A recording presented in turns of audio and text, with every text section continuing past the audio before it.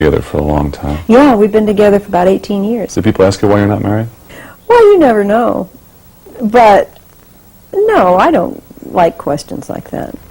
What do you find most attractive about Bob? He's got one of the most wonderfully inquisitive minds, I think, of anybody I've ever met. And he's compassionate.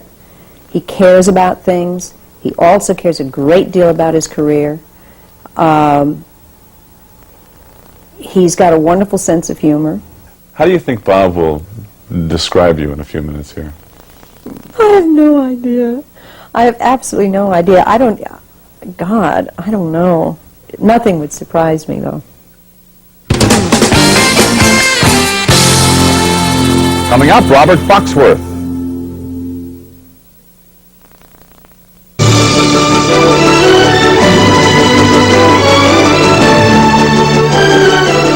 For 6 years, from 1981 to 1987, Robert Foxworth was known by millions of TV viewers as the hard-working, upstanding Chase on Falcon Crest. Well, so what do I owe this visit? No, let me guess. No longer satisfied that my pilot's license has been suspended, you now want my driver's license as well. Oh, we've had our share of conflicts. By my count, we've had more than our share of conflicts. He was always battling the scheming Angela Channing for control of the winery. The important thing is that you can count on my help however and whenever it's needed. I'll try to keep that in mind.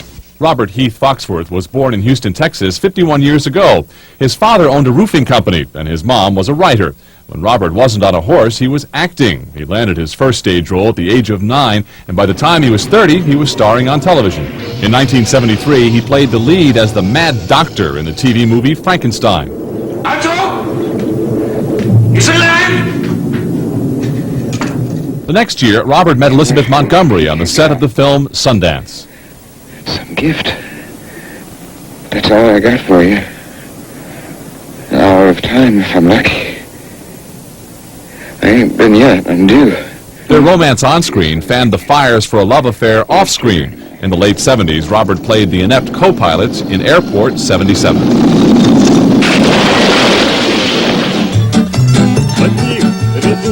In 1980, he got outstanding reviews for the movie Black Marble.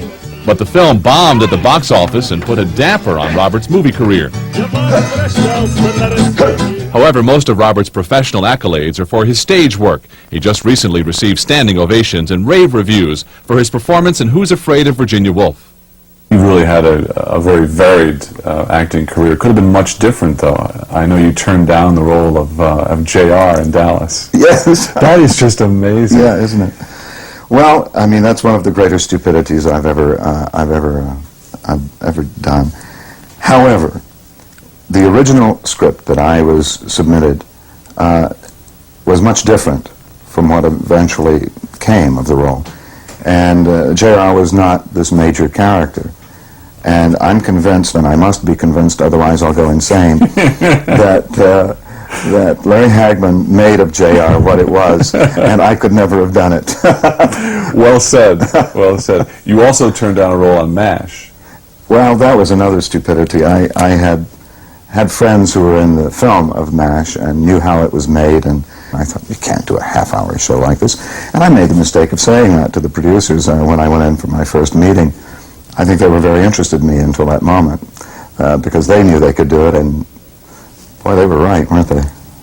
What made you take the role on Falcon Crest? Money. I like honesty. This is good. No, I was, frankly, I was pretty hungry at the time. Were you thinking about the two roles that you would turn down, though, on Dallas? Perhaps it had entered my little tiny brain by that moment. But I had also recently done a feature film in which I got the kinds of reviews you pay your mother to write. And it was a commercial failure, and consequently I became persona non grata in the feature film world. So when this came along, I thought, you know, I got kids who are going to be going to college, I better do something here. So I did it, and also I liked the company, and I liked the group that were involved with it. I've spoken with a lot of actors who have stage background and then make the move to television and films and TV movies. And some of them say that they had a lot of trepidation at first because of the fact that it's just, you know, are you giving up those roots, the classical roots? Did you ever feel that way?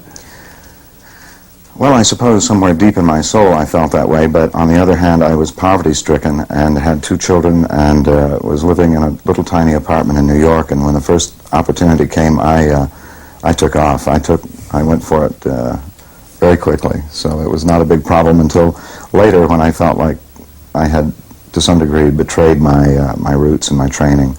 A TV movie coming up called With Murder in Mind. How was it working with Liz? Oh, it was impossible. She is so difficult to deal with. I saw that. I just interviewed her. Did you? I mean, you understand what an impossible situation it must have been. No, it's great working with Liz because she works very hard. She's a consummate professional and she's extremely talented. Her ability to analyze material, I'm just knocked over by. I mean, she really knows how to crack open the meaning of a script and a scene. And I really enjoy working with her. And also, we don't have to go through the whole nonsense of getting to know one another, which is great. You and Lizzie have been together for 18 years now. 18, 19. We're creeping up on the big 2-0 together. Really? Yeah, and if she doesn't marry me by then, I don't know what I'm going to do. Have you asked her to marry you? Oh, probably every couple of years. Really? Yeah. And why do you think she's scared of that? I know an awful lot of people who have lived together for a great deal of time, and they get that piece of paper and have their little ceremony, and within a period of time, it's over with, and you know, it makes you wonder. I think one of the things that we have found, I won't speak for her, but for myself at any rate, I think one of the things is that we don't take one another for granted under these circumstances. And I'm not saying that marriage does that, or that all people who are married do that, but both of us having been married before, I think, perhaps had some feeling about that. You guys are both, you and Liz are both very articulate, very good actors. I would imagine that you have some great fights. Well, because you're both so good at expressing yourselves. Can we say arguments? Yes, we can say arguments, that's sure. Who usually wins? I usually win. Oh, you're in trouble. But wait a minute, Important safety tip, don't ask her to marry you after this interview. That's right, truly. I say that advisedly. I mean, I may win the argument, but that doesn't mean I don't pay for it, and that she doesn't win in the long run. No, I'm not sure we actually argue to win. I think we argue to eliminate some difference, and hopefully we do. How would Elizabeth Montgomery describe her man, you? I think she would describe me as difficult. Which parts of you do you think are difficult? Well, I think I pick at things. I worry about a lot of things. I tend to try to analyze things, for the sake of breaking them down to find out what makes them work, kind of thing. What else other than difficult?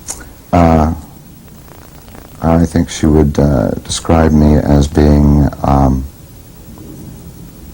irritating.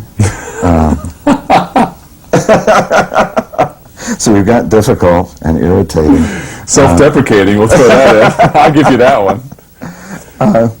Yeah, that is one. Yeah, self-deprecating.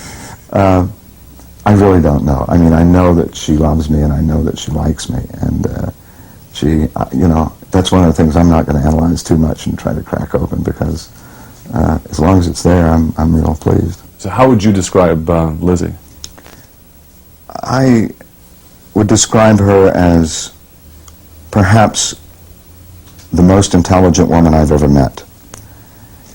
And one of the things that makes that bearable is that she has a fabulous sense of humor, besides the fact that she's beautiful and sexy.